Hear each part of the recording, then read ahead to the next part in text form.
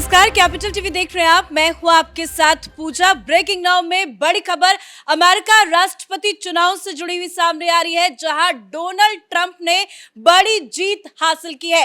Donald Trump ने बहुमत का आंकड़ा 270 पार कर लिया है और इसी के साथ कमला हैरिस की बड़ी हार हुई है। कमला हैरिस ने अपने हार को स्वीकार भी कर लिया है। दरअसल कमला हैरिस का एक चुनावी भाषण होना था, अपने कार्यक्रम को कमला हैरिस ने रद्द कर दिया है और जीत के बाद डोनाल्ड ट्रंप जमकर गरजे भी है। अपने कार्यकर्ताओं को, नेताओं को डोनाल्ड ट्रंप ने संबोधित किया है, सभी का आभार भी जताया है और बताया है कि आगे किस तरह से अमेरिका में वो काम करेंगे। इसी के साथ डोनाल्ड ट्रंप को पूरे दुनिया भर से बधाइयां भी मिल रही हैं। पीएम नरेंद्र मोदी ने भी डोनाल्ड ट्रंप को जीत की बधाइयां दी है। तो अमेरिका राष्ट्रपति चुनाव से जुड़ी तमाम बड़ी अपडेट आपको बताएंगे। मेरे साथ जुड़े हैं कैपिटल टीवी के editor in chief doctor Manish Kumar. एक बड़ी जीत डोनाल्ड ट्रंप की, दूसरी बार वो फिर से राष्ट्रपति बन गए। देखिए, ये एक ऐतिहासिक जीत माना जा रहा है और ये जो स्विंग स्टेट्स की बात, आप इस चीज को समझिए कि वहाँ चुनाव किस तरीके से होते हैं। हिंदुस्तान की तरह नहीं कि एक एक राज्य में एक एक सांसद को जोड़ के आप जो है भेजते हैं। वहाँ स्टेट वाइज अलग अलग सबकी सीटें, 50 राज्यों के अंदर सीटें बटी हुई है और जो कोई भी पार्टी एक स्टेट को जीतती है तो वहाँ के तमाम जो रिप्रेजेंटेटिव हैं वो उनको संख्या मिल जाती है, उतना वोट उनको मिल जाता है। तो टारगेट 270 का था और इस वक्त जबकि अभी काउंटिंग चली रहा है 277, मतलब वो 270 का जादुई आंकड़ा वो क्रॉस कर गए।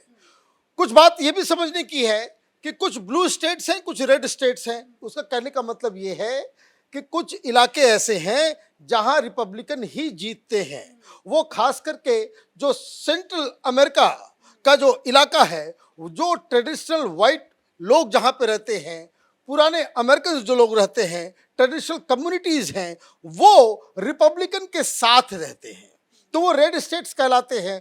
और लेकिन जो वेस्ट बैंक और ईस्ट बैंक की जो स्टेट्स हैं, वो उन स्टेट्स में डेमोक्रेट्स, क्योंकि वहाँ माइग्रेशन और बाकी सारे लोग जो है वहाँ पे रहते हैं, कॉस्मोपॉलिटन इन्वायरमेंट है, वहाँ डेमोक्रेट्स वो ब्लू स्टेट्स कहलाता है।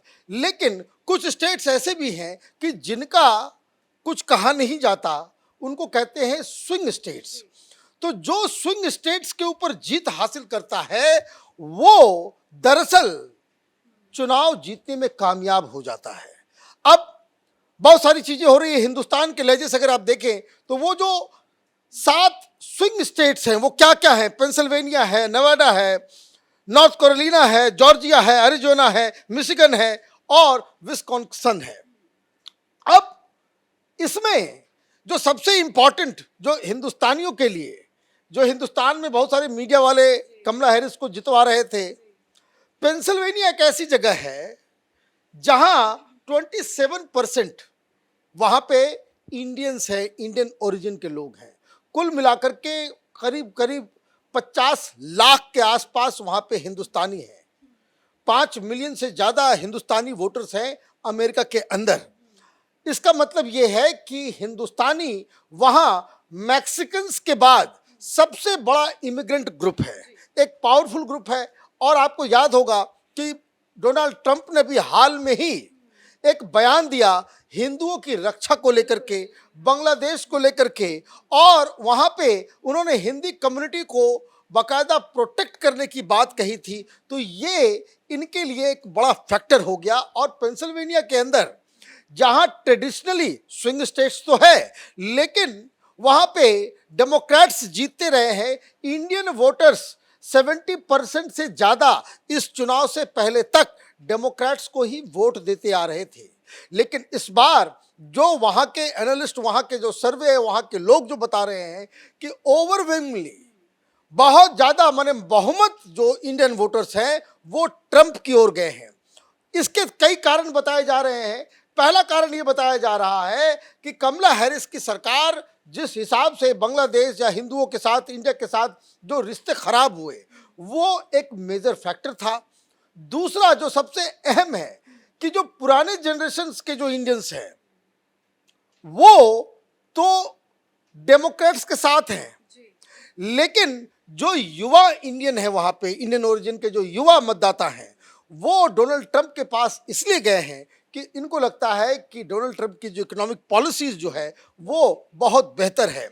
तो एक मैं देख रहा था 2 दिन 3 दिन पहले भी, ये जो आपका पेंसिल्वेनिया है, पेंसिल्वेनिया के ऊपर बहुत भरोसा था कि कमला हैरिस वहां से जीत जाएगी ड्यू टू इंडियन वोटर्स, लेकिन वहां खेल बदल गया और पेंसिल्वेनिया की जो 19 सीटें हैं उसका रिजल्ट भी आ गया है और वहां ट्रंप साहब जीत गए। ये स्विंग स्टेट है, ये 7 जो है 7 स्टेट्स में जो बाजी मारेगा वही जीतता। ये ऐतिहासिक इसलिए है कि बहुत दिनों के बाद ऐसा हुआ है कि 7 के 7 इस स्विंग स्टेट्स में डोनाल्ड ट्रंप की जीत हुई है। एक भी स्विंग स्टेट के ऊपर कमला हैरिस की जीत नहीं हुई। पेंसिल्वेनिया में जीत बहुत ज्यादा नजदीक थे ये लोग, लेकिन वहां भी हार हुई। इसका मतलब है कि आपने कमला हैरिस को बहुत ही कायदे से परास्त किया है। अभी जो आंकड़े बताए जा रहे हैं उसके मुताबिक 270 तो जादुई आंकड़ा है, लेकिन ये 310 315 क्रॉस करेगा जब पूरी काउंटिंग हो जाएगी। तो कहने का मतलब ये है कि डोनाल्ड ट्रंप के जीत में कोई अब कोर कसर नहीं है, वो हैंड्स डाउन जीत रहे हैं। और ये जीत जो है वो वामपंथी लेफ्ट लिबरल कबाल, वो जो पूरी दुनिया में वामपंथ की विचारधारा को फैलाने का काम करते हैं, अमेरिका में जो वैचारिक संस्थाओं के ऊपर जिन लोगों का कब्जा हो गया है, जिनका कब्जा मेन स्ट्रीम मीडिया जो अमेरिका के अंदर है कुछ को छोड़ के, जैसे आप न्यूयॉर्क टाइम्स ले लें, वॉशिंगटन पोस्ट ले लें, चाहे आप सीएनएन ले लें। सीएनएन वालों को तो ऐसा लग रहा है वो सीएनएन जो है वो हिंदुस्तान का एनडीटीवी है।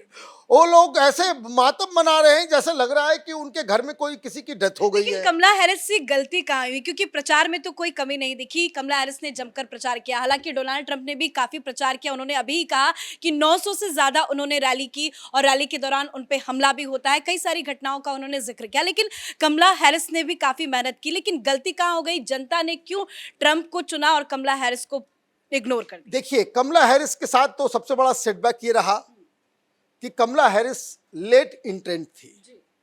बात चल रही थी बाइडेन बाइडेन बाइडेन, लेकिन बेचारे वो तो यादाश्त इनकी चली जा रही थी, कभी कुछ कर रहे थे कभी कुछ कर रहे थे, तो उनको मेंटली फिट नहीं समझा गया और आखिर मौके में बदला गया और कमला हैरिस जो है वो लेट इंट्रेंट थी। दूसरी चीज जो सबसे बड़ी समस्या हुई, कमला हैरिस के ऊपर किसी को भरोसा नहीं था। कई सारे इलाकों में, जैसे फिलाडेल्फिया के अंदर, चाहे आप नॉर्थ कैरोलिना ले लीजिए, बहुत सारे इलाकों में, जैसे मिशिगन में बहुत सारे अरब अमेरिकन रहते हैं। मुसलमान लोगों ने भी इनका साथ नहीं दिया। क्यों? इन लोगों को ये लगा कि भाई ये जो हमास के ऊपर, हिजबुल्लाह के ऊपर ये सारी चीजें हुई तो ये जो बाइडेन की सरकार है इन्होंने आंख बंद कर लिया, तो ये एक नाराजगी उधर भी थी। लेकिन सबसे बड़ा फैक्टर जो कमला हैरिस के हारने का है वो इकोनॉमिक रीजन है। अमेरिका की इकोनॉमी जो है बहुत ही खराब स्थिति में जा चुकी है। मैं सुन रहा था कुछ लोग वहां पे ये बता रहे थे कि जब पिछली बार ट्रंप थे तो हम घर खरीदने के लायक थे, लेकिन अभी चीजें इतनी ज्यादा महंगी हो गई है कि हम अब घर नहीं खरीद सकते। बहुत सारे लोग आकर के ये बता रहे हैं कि वहां पे इन्फ्लेशन बहुत ज्यादा वो लोगों को हैम्पर कर रहा है। तो लोग वैसे भी एक चेंज चाह रहे थे।